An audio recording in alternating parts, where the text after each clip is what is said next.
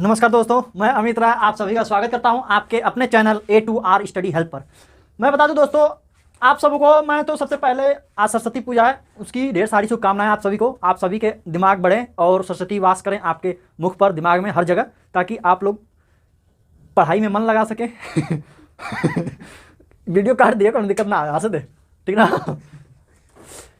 अच्छा दोस्तों, मैं बता दूं आपको कि आज मैं आपको शिक्षक भर्ती से रिलेटेड पहला गणित का अध्याय लेकर आया हूं। गणित का पहला अध्याय आपका है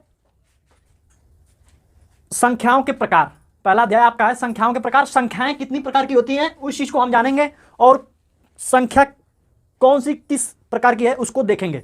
तो सबसे पहले मैं आपको वीडियो शुरू करने से पहले मैं आपको बता दूं कि जो जितने लोग भी इस वीडियो को देख रहे हैं, सबसे पहले मैं आपसे अनुरोध करूंगा कि आप मेरे चैनल को सब्सक्राइब जरूर करें और मेरे वीडियो को अंत तक देखें, ताकि आपको कोई भी डाउट न रह जाए। बीच तक वीडियो काट कर आप छोड़ ना दें कि मज़ा नहीं आ रहा है। अगर लास्ट तक देखेंगे तो वीडियो में मज़ा आएगा, पूरा मज़ा आएगा। तो आप लोग मेरे साथ, मेरे सवाल के साथ मज़े लीजिए। तो आइए स्टार्ट करते हैं संख्याओं के प्रकार। संख्या कितने प्रकार की होती है उसके बारे में। दोस्तों एक बात और मैं बताऊंगा कि यदि आपको वीडियो समझ में नहीं आता है या कोई भी सवाल नहीं समझ में आता है तो आप लोग कमेंट बॉक्स में कमेंट जरूर करें। पहला है प्राकृतिक संख्या। आप देख रहे हैं कि पहला है प्राकृतिक संख्या। प्राकृतिक संख्या किसे कहते हैं, प्राकृतिक संख्या क्या होती है उसके बारे में जानेंगे। सबसे पहले मैं बता दूं आपको कि जो प्राकृतिक संख्या होती है, प्राकृतिक संख्या उस चीज को कहते हैं, उस संख्या को कहते हैं जिस संख्या से किसी भी चीज की यानी किसी भी वस्तु की गणना की जा सके, उसे बोलते हैं प्राकृतिक संख्या। जैसे यदि कोई वस्तु एक है तो एक लिखेंगे तो ये प्राकृतिक संख्या है, क्योंकि हमें वस्तु दिखाई दे रही है कि वस्तु एक है, तो उसकी गणना हम कर ले रहे हैं कि वो कितनी वस्तु है, एक है। तो ऐसे संख्या को क्या बोलेंगे, प्राकृतिक संख्या। 2 भी हो जाएगा, 3 भी हो जाएगा, सबको गिनती किया जा सकता है, गणना किया जा सकता है। इसी प्रकार अनंत तक जो संख्या जाएगी इसे हम बोलते हैं प्राकृतिक संख्या। 1 2 3 4 5 जो भी हो, हजार, लाख, करोड़, अरब, जितना भी संख्या जो गिनी जा सके उसे हम बोलते हैं प्राकृतिक संख्या। डाउट क्लियर दोस्तों? यदि क्लियर नहीं हो रहा है तो आप लोग मेरे वीडियो को दोबारा देखिएगा, दोबारा नहीं 3 बार देखिएगा, आपका डाउट क्लियर हो जाएगा कि प्राकृतिक संख्या किसे कहते हैं। अब मैं दूसरा यहां पे संख्या लिखा हूं, पूर्ण संख्या। दूसरा है पूर्ण संख्या। मैं बता दूं दोस्तों, पूर्ण संख्या किसे कहते हैं। जैसे प्राकृतिक संख्या में आपने क्या देखा कि 1 2 3 4 dot dot dot dot infinite तक, यानी 1 2 3 4 5 जो संख्या गिना जा सकता है उसे प्राकृतिक संख्या कहते हैं। लेकिन इसी संख्या के साथ यदि यहां पर 0 रख दिया जाए तो यह पूर्ण संख्या हो जाती है। पूर्ण संख्या, पूर्ण का मतलब क्या, पूरी संख्या। इसमें 0 नहीं था प्राकृतिक संख्या में, अब प्राकृतिक संख्या में हम 0 डाल दिए तो ये क्या हो गया, पूर्ण संख्या हो गया, यानी पूरी हो गई संख्या। 1 0 1 2 3 4 इन्फिनाइट तक आपका जो संख्या जाएगा वो क्या कहलाएगी, पूर्ण संख्या कहलाएगी, क्योंकि इसमें 0 आ गया है। तो पूर्ण संख्या आपका क्लियर हो गया कि 0 यदि आपके 1 2 3 4 के साथ आ जाए तो वो पूर्ण संख्या हो जाएंगी, तो इसे कहते हैं पूर्ण संख्या। आपके दिमाग में एक बात चल रहा होगा कि सर 0 प्राकृतिक संख्या में आएगा या नहीं, तो प्राकृतिक संख्या में नहीं आएगा, क्योंकि 0 की गणना नहीं की जा सकती।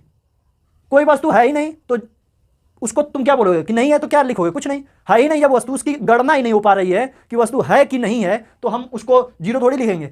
इसलिए 0 प्राकृतिक संख्या नहीं होगी। जिस चीज का गणना किया जा सकता है वही प्राकृतिक संख्या होगी। जैसे 1 को हम गिनती कर सकते हैं, 2 को कर सकते हैं, 3 को कर सकते हैं, 4 को कर सकते हैं, 5 को कर सकते हैं, डॉट डॉट इन्फिनाइट तक कर सकते हैं। तो जिस चीज की हम गणना कर लेंगे वो क्या कहलाएगा, प्राकृतिक संख्या। तो 0 की गणना नहीं हो पा रही है, इसलिए 0 प्राकृतिक संख्या में नहीं आएगा। ये 0 यदि 0 1 2 3 4 इन्फिनाइट तक जाएगा तो ये पूर्ण संख्या हो जाएगी। अब हम आते हैं तीसरे नंबर पे। कौन सी संख्या है, तीसरा नंबर है आपका पूर्णांक संख्या। मैंने आपको बताया कि प्राकृतिक संख्याओं के साथ यदि 0 को शामिल कर दिया जाए तो वो पूर्ण संख्या हो जा रही है। अब हमसे पूछ दिया पूर्णांक संख्याएं, मतलब 0 से भी पहले जो संख्या आती है उसको यदि इसमें शामिल कर दिया जाए तो ये पूर्णांक संख्या हो जाएगी। यानी 0 से कम क्या होता है, माइनस में जब जाएंगे तो 0 से कम होता है। तो -1 रख देंगे, -2 रख देंगे, -3 रख देंगे, -4 रख देंगे, डॉट डॉट डॉट इन्फिनाइट तक जब रख देंगे तो ये सभी संख्याएं क्या हो जाएंगी, पूर्णांक संख्याएं हो जाएंगी। यानी कि प्राकृतिक संख्या भी इसमें शामिल है और आपका पूर्ण संख्या भी है इसमें, और इन सभी को मिलाकर पूर्णांक संख्या बन गया है, तो इसे बोलेंगे पूर्णांक संख्या। अब मैं बता दूं, इसमें ये जो पूर्णांक संख्या आपको दिखाई दे रहा है, इस पूर्णांक संख्या में आप देख रहे हैं कि ऋणात्मक मान भी आ रहा है, धनात्मक मान भी आ रहा है, और इसके साथ साथ 0 भी आ रहा है। तो इस प्रकार की संख्या को हम क्या बोलेंगे, पूर्णांक संख्या। क्या बोलेंगे, पूर्णांक संख्या। अब मैं आपको चौथे पर आता हूं, सम संख्या। सम संख्या। अब सम संख्या के बारे में हम जानेंगे कि सम संख्या क्या होती है। तो विद्यार्थियों, यदि वीडियो आपको समझ में आ रहा है तो अच्छी बात है, यदि नहीं समझ में आ रहा है तो आप कमेंट करिए। और कमेंट करिए इस बात की कि सर हमें यहाँ पे नहीं समझ में आ रहा है, आप यहाँ पे दोबारा वीडियो बना के समझाएं। तो मैं प्रयास करूंगा कि दोबारा वीडियो बनाकर आपके साथ प्रोवाइड करूं, आपको समझ में आए। तो उससे पहले मैं आपसे अनुरोध करूंगा कि दोबारा वीडियो बनवाने से पहले आप इस वीडियो को 2 बार देखें, दोबारा वीडियो ना बनवाएं, 2 बार देख लें तो आपका पूरा डाउट क्लियर हो जाएगा। आइए हम आपको दिखाते हैं चौथा, सम संख्याएं। सम संख्याएं क्या होती है इसके बारे में हम देखेंगे। तो सम संख्या, अब देखो सम संख्या किसे कहते हैं? कोई भी संख्या ले लो, कोई भी संख्या ले लो, 2 4 6 8 10 12 14 16, यानी ऐसी संख्या ले लो जो 2 से क्या हो, पूरा पूरा विभाज्य हो, तो उसको क्या बोलेंगे हम? सम संख्या बोलेंगे। जो संख्या 2 से कटेगी, केवल 2 से, उसे हम बोलेंगे सम संख्या। यानी 3 से कटने वाली संख्या यदि ले लिए तुम और तुम बोले सर ये भी कट रहा है, तो ऐसी नहीं, कटने वाली बात नहीं है यहां पे। 2 से कटने वाली संख्या यानी 2 से विभाज्य होने वाली संख्या, वही सम संख्या कहलाएगी। केवल 2 से विभाज्य होना चाहिए। जैसे 2 को ले लोगे तो ये 2 से क्या हो जाएगा? विभाज्य हो जाएगा। 2 से यह क्या हो जाएगा? विभाज्य हो जाएगा। 4 को लोगे तो ये भी क्या हो जाएगा? 2 से विभाज्य हो जाएगा। 6 को लोगे तो ये भी 2 से क्या हो जाएगा? विभाज्य हो जाएगा। 8 को ले लोगे तो ये भी 2 से क्या हो जाएगा? विभाज्य हो जाएगा। तो ऐसी संख्याओं को हम क्या बोलते हैं? सम संख्या। जो 2 से केवल विभाजित हो उसी को हम सम संख्या बोलते हैं। अब जैसे तुम बोल दिए सर 3 ले लिए, ये भी तो 3 से कट रही है, तो 3 से नहीं मतलब है भाई, केवल 2 से संख्या से कटनी चाहिए, उसे हम बोलेंगे सम संख्या। 9 भी ले रहे हो तो ये 3 से क्या हो रहा है? कट रहा है, लेकिन 3 से नहीं करना चाहिए, केवल 2 से कटना चाहिए, तब उसे हम बोलेंगे क्या? सम संख्या बोलेंगे। ठीक है विद्यार्थियों, अगर वीडियो समझ में आ रही है तो आप लोग लाइक शेयर और सब्सक्राइब चैनल को जरूर करना, और बेल आइकन ना दबाना भूलें, ताकि मैं कोई भी वीडियो डालता हूं तो आपके पास सबसे पहले आपके पास नोटिफिकेशन जाएगा और आप उस वीडियो को खोल के जरूर देखें। आइए विद्यार्थियों, अब देखते हैं विषम संख्या। विषम संख्या के बारे में जानेंगे। सम संख्या तो आपने जान लिया कि सम संख्या उसे कहते हैं जो 2 से विभाजित हो जाए। जो संख्या 2 से विभाजित हो जाएगी उसे हम बोलेंगे सम संख्या। पूरी तरह से विभाजित होनी चाहिए 2 से, तो उसे बोलेंगे सम संख्या। अब हम जानते हैं विषम संख्या के बारे में। तो विषम संख्या में क्या है, अब मैं बताता हूं आपको विषम संख्या क्या है। देखिए विद्यार्थी, विषम संख्या उसे कहते हैं जो 3 से क्या हो, पूरी तरह से विभाजित हो जाए। जो संख्या 3 से पूरी तरह क्या हो, विभाजित हो जाए। विद्यार्थियों, तो मैं आपको अब अगला बताने जा रहा हूं, क्या? विषम संख्या। सम संख्या तो आपने जान लिया, विषम संख्या।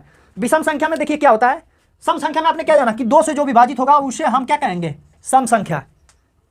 जैसे ले लें यहां पे 2 3 4 5 6 7 8 9 10 11 12 डॉट डॉट डॉट इन्फिनाइट।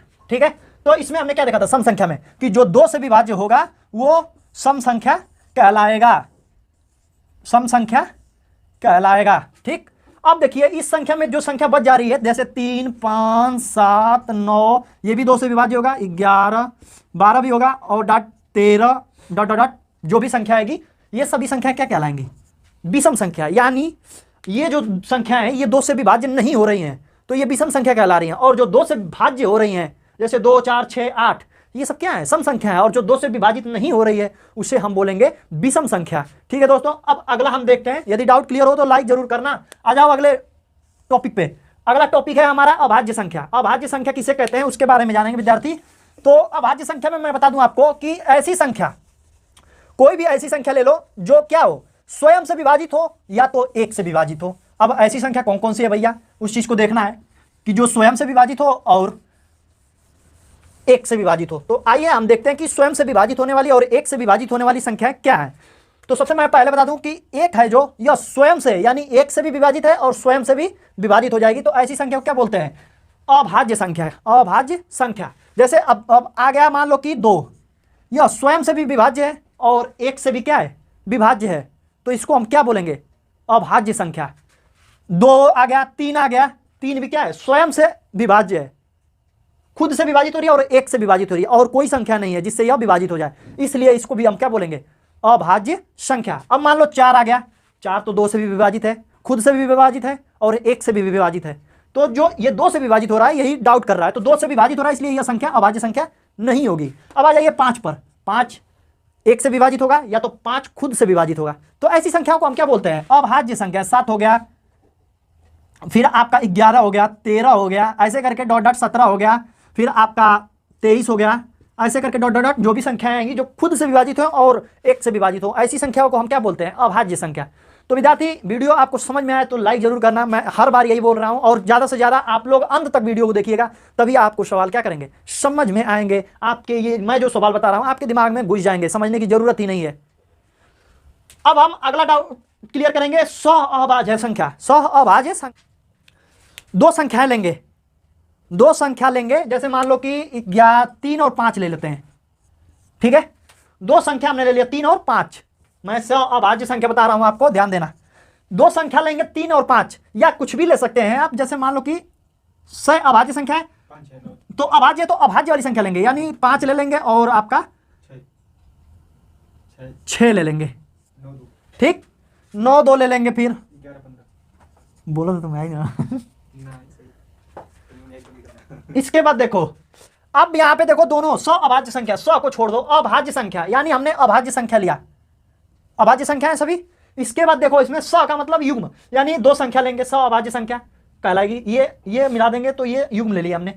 इसके बाद देखो क्या कहते हैं, इन दोनों का गुणनखंड जो आना चाहिए 1 आना चाहिए, 1 के अतिरिक्त कुछ नहीं आए गुणनखंड, तो ऐसी संख्या को हम क्या बोलते हैं, सहअभाज्य संख्या। जिसका गुणनखंड 1 के अतिरिक्त कुछ ना आए उसे हम बोलते हैं सहअभाज्य संख्या, तो ये सहअभाज्य संख्या कहलाएंगी, ठीक है मित्रों। अब आ जाइए, आपका अगला टॉपिक है अभाज्य युग्म।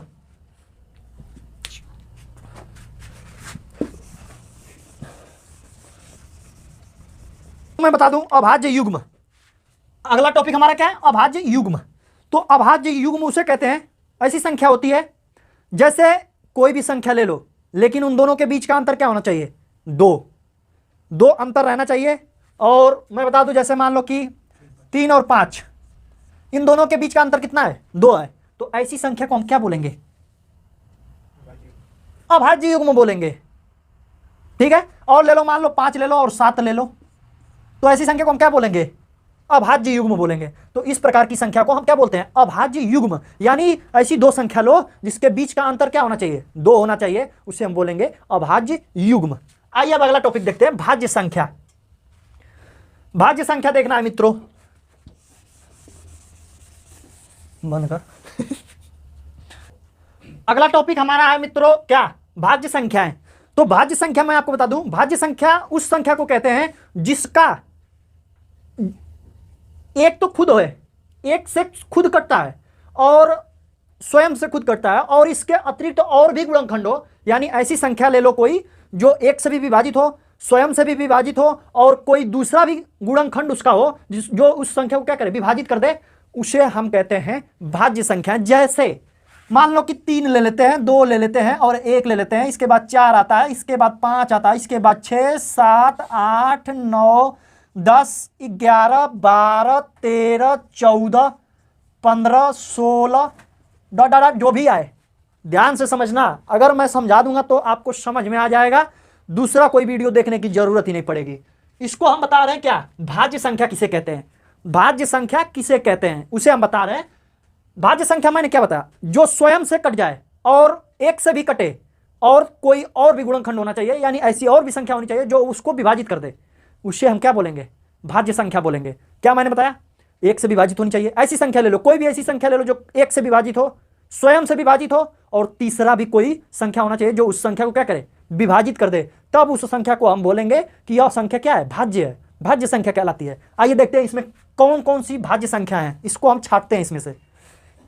तो मित्रों सबसे पहले मैं बता देता हूं आपको, एक को लेते हैं, एक क्या है, एक से भी विभाजित है, स्वयं से भी विभाजित है, लेकिन इसका कोई दूसरा गुणनखंड नहीं है, कोई ऐसी और संख्या नहीं है जो एक को क्या करे, विभाजित कर ले, इसलिए एक है जो वह भाज्य संख्या नहीं कहलाएगी। अब आते हैं 2 पर, 2 को लेते हैं, 2 को तो एक भी विभाजित कर देगा और 2 खुद स्वयं से भी विभाजित हो जाएगा, लेकिन तीसरी कोई संख्या नहीं है जो इस संख्या को क्या करे, विभाजित कर दे, इसलिए यह भी संख्या क्या होगी, अब भाज्य संख्या नहीं कहलाएगी, तो इसे भी भाज्य संख्या में नहीं रखेंगे, ठीक। अब अगला ले लेते हैं 3 को, 3 को लेते हैं, 3 भी क्या होगा, एक से विभाजित हो जाएगा, स्वयं से भी विभाजित हो जाएगा, लेकिन ऐसी और कोई संख्या नहीं है जो 3 को क्या करे, तीसरी ऐसी कोई संख्या नहीं है जो इस संख्या को क्या करे, विभाजित कर दे, इसलिए यह भी संख्या भाज्य संख्या में नहीं आएगी, तो यह भी नहीं आएगा। अब आ जाते हैं 4 पर, 4 को लेते हैं, यह एक से क्या है, विभाजित है, और 4 खुद से भी क्या है, विभाजित है, और तीसरी एक और संख्या है जिससे यह क्या हो रहा है, विभाजित हो रहा है, 2, 2 से भी 4 क्या हो जा रहा है, विभाजित हो जा रहा है, यानी तीसरी भी संख्या आ जा रही है इस संख्या को विभाजित करने के लिए, इसलिए यह संख्या क्या कहलाएगी, भाज्य संख्या कहलाएगी। समझ में आ गया दोस्तों। तो इसी तरह से 4 है जो वह भाज्य संख्या कहलाएगी। अब आगे देखते हैं कि और कौन सी संख्या है जो खुद से विभाजित हो, 1 से विभाजित हो और तीसरी कोई और भी संख्या हो जिससे क्या हुआ, संख्या विभाजित हो। तो देखते हैं 5 है जो 5 1 से तो विभाजित हो जाएगा, खुद से भी विभाजित हो जाएगा, लेकिन और कोई संख्या इसको विभाजित करने वाली नहीं मिलेगी, इसलिए 5 भी क्या है, भाज्य संख्या में नहीं आएगी। अब आते हैं 6 पर। तो 6 है जो वह 1 से भी विभाजित है, 6 से भी विभाजित है और 3 से भी क्या है, विभाजित है। तो तीसरी संख्या भी आ जा रही है जो 3 से क्या कर रही है, इस संख्या को विभाजित कर रही है, इसलिए 6 क्या है, भाज्य संख्या है। इसी प्रकार छाटेंगे, अगर इसी प्रकार से अगर छाटेंगे दोस्तों तो संख्याएं आती रहेंगी 8 9 10 12 14 15 16 डॉट डॉट डॉट ऐसी संख्याएं आती रहेंगी जो क्या कहलाएंगी, भाज्य संख्या कहलाएंगी, जो 1 से भी विभाजित करती हैं, खुद से भी विभाजित होती है और तीसरी संख्या भी दिखाई देता है जिससे वो क्या होती है, संख्या कट जाती है, विभाज्य हो जाती है, इसलिए इसको बोलेंगे भाज्य संख्या। मित्रों समझ में आए तो बेल आइकन जरूर दबाना दूसरे वीडियो के लिए। आ जाओ, अब अगला है परिमेय संख्या। परिमेय संख्या क्या होता है इसको हम बताते हैं आपको।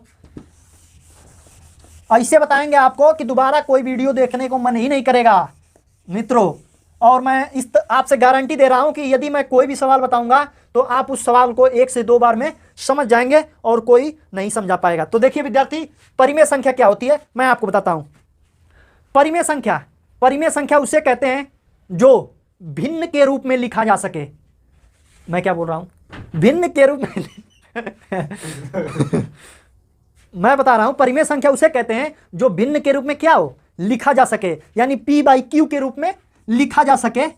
तो ये भिन्न न कहलाता है। जब ये भिन्न कहलाता है तो p/q के रूप में बोलो या भिन्न के रूप में बोलो, उस संख्या को हम क्या बोलते हैं, परिमेय संख्या बोलते हैं। इस संख्या को हम क्या बोलते हैं, परिमेय संख्या बोलते हैं। अब जैसे परिमेय संख्या उदाहरण ले लो, मान लो कि 2 है। अब ये परिमेय संख्या है कि नहीं है इसको पता करना पड़ेगा। तो इसके बटा यदि हम 1 कर दें तो कोई मान में फर्क पड़ेगा नहीं ना, तो ये परिमेय संख्या है। 1/2 भी लिख दे तो ये भी परिमेय संख्या है। 1/3 लिख दे तो ये भी क्या है, परिमेय संख्या है। ऋण 1/2 लिख दे तो ये भी क्या है, परिमेय संख्या है। विद्यार्थियों तो परिमेय संख्या समझ में आ गया। परिमेय संख्या उसे कहते हैं जिसको p/q के रूप में क्या करें, लिख दें, उसे परिमेय संख्या कहते हैं। ठीक है विद्यार्थी, तो मैं बता दूं आपको कि परिमेय संख्या का ये उदाहरण होगा। जैसे मान लो कि कोई बड़ी संख्या ले लो, 888/3 लिख दो, ये भी परिमेय संख्या है। माइनस लगा दो, ये भी परिमेय संख्या है। लेकिन इसके ऊपर जो वर्ग होता है ये धनात्मक होना चाहिए, ऋणात्मक नहीं होना चाहिए। ये सब क्या होंगी, परिमेय संख्या होंगी। अब एक परीक्षा में जो आता है कि पाई, इसको भी तो हम लिख सकते हैं 22/7, लिखते भी हैं, तो क्या ये अपरिमेय संख्या है? नहीं, ये परिमेय संख्या नहीं, ये अपरिमेय संख्या में आता है। तो इसको हम अपरिमेय में बताएंगे, यहां पर क्यों चर्चा कर रहे हैं आपसे। अब अगला हमारा टॉपिक है मित्रों अपरिमेय संख्या। तो बस इसी का उल्टा, जिसको p/q के रूप में नहीं लिखा जा सकता है उसे क्या बोलते हैं हम, अपरिमेय संख्या बोलते हैं। तो विद्यार्थियों अपरिमेय संख्या का उदाहरण ले लो, जिसको p/q के रूप में नहीं लिखा जा सके उसे हम बोलते हैं अपरिमेय संख्या। जैसे √3 क्या होगा आपका, अपरिमेय संख्या होगी। या √3/2 लिख दो, ये भी क्या होगी, अपरिमेय संख्या होंगी। अब क्यों होंगी, क्योंकि सर इसको तो हम a/1 भी लिख सकते हैं। कहोगे जाहिर सी बात है कि सर ये तो हम √3/1 भी लिख सकते हैं, जिसका मान में कोई फर्क नहीं पड़ेगा। लेकिन मैं बता रहा हूं आपको कि इसको हम /1 लिखेंगे यदि, तो ये क्या होगा, कोष्टक में अंडर रूट जब हटाएंगे तो इसकी घात क्या होती है, 1/2 होती है, जबकि यह 1/2 नहीं होना चाहिए, पूर्ण संख्या होनी चाहिए। जो वर्ग होती है, जो घातांक होता है, वो पूर्ण संख्या होनी चाहिए, तब वो परिमेय संख्या कहलाएगी। लेकिन यहां पर √2 का मान 1/2 घात पर चढ़ जाता है, इसलिए यह अपरिमेय संख्या कहलाएंगी। तो विद्यार्थियों अपरिमेय संख्या में आपका अपरिमेय संख्या में ही आता है आपका क्या, पाई। अपरिमेय संख्या में ही आता है पाई। ठीक है मित्रों, अब मैं बता दूं आपका अगला टॉपिक है वास्तविक संख्या। तो वास्तविक संख्या को कुछ करना नहीं है, बस वास्तविक संख्या उसे कहते हैं कि अपरिमेय और परिमेय दोनों संख्याओं को मिला दिया जाए, लेकिन उसकी जो घातांक होती है वह ऋणात्मक नहीं होना चाहिए, उसे हम बोलते हैं वास्तविक संख्या, बस। और कुछ इससे ज़्यादा नहीं जानना है। परिमेय और अपरिमेय संख्याओं को मिला दो, लेकिन उसका घातांक क्या होना चाहिए, ऋणात्मक नहीं होना चाहिए, तब वो वास्तविक संख्या कहलाएगी। ठीक है दोस्तों, आज के वीडियो में मैं इतना ही बताऊंगा और मैं सवाल लेकर आऊंगा आपके पास। तो उससे पहले मैं आपको बता दूं कि ये जितनी संख्याएं हमने बताई है, शायद मैं उम्मीद करता हूं आप सभी लोग, जितने लोग भी वीडियो ये देख रहे हैं, सभी लोगों के दिमाग में चला गया होगा कि कौन सी संख्या किसे कहते हैं, और उसका उदाहरण लिखना हो तो आप फटाफट लिख सकते हैं। इस पर अगर इस संख्याओं पर आधारित मैं प्रश्न दूं तो शायद आप लगा सकते हैं। उम्मीद यही है। फिर मिलेंगे आपसे अगले वीडियो में, तब तक के लिए ये संख्याएं समझते रहिए, एक बार नहीं 2 बार वीडियो देखिए। चलिए, अब मैं आप लोगों से लास्ट रिक्वेस्ट करूंगा जाते जाते कि आप लोग मेरे वीडियो को अंत तक जरूर देखे हैं। इसके लिए सबसे बड़े मैं आपको धन्यवाद देता हूं। और मैं बता दूं आपको कि यदि कोई भी समस्या आपको समझ में आए इस वीडियो में या किसी भी वीडियो में, तो आप तुरंत उस कमेंट बॉक्स में लिखिए और हमें कमेंट करिए कि सर यहाँ पर ये गलती है और यहाँ पर मेरे को नहीं समझ में आया, तो मैं समझाने का प्रयास करूंगा। और मैं आप लोगों को बता दूं कि यदि कोई भी गड़बड़ी आपको समझ में आ रही है तो आप हमें व्हाट्सअप कर सकते हैं। व्हाट्सअप नंबर मैंने शायद दे दिया है आपको, यदि नहीं दिया है तो फिर से लिख लो, 9621549954। ये हमारा व्हाट्सअप नंबर है, आप इस पर कमेंट कर सकते हैं और अपने सवाल को भी इस पर सेंड करेंगे। वीडियो के माध्यम से आपका सवाल हल होके हमारे चैनल पे चढ़ जाएगी और आप देख सकते हैं। कोई भी सवाल हो, मैथ से रिलेटेड सवाल हो या कोई किसी भी सब्जेक्ट से रिलेटेड सवाल हो, आप हमें इस व्हाट्सएप नंबर पे सेंड करिए सवाल और हमसे प्राप्त करिए। कोई नहीं देगा इसे, लेकिन मैं दे रहा हूं, रख लो। Thank you so much, bye. धन्यवाद दोस्तों, धन्यवाद।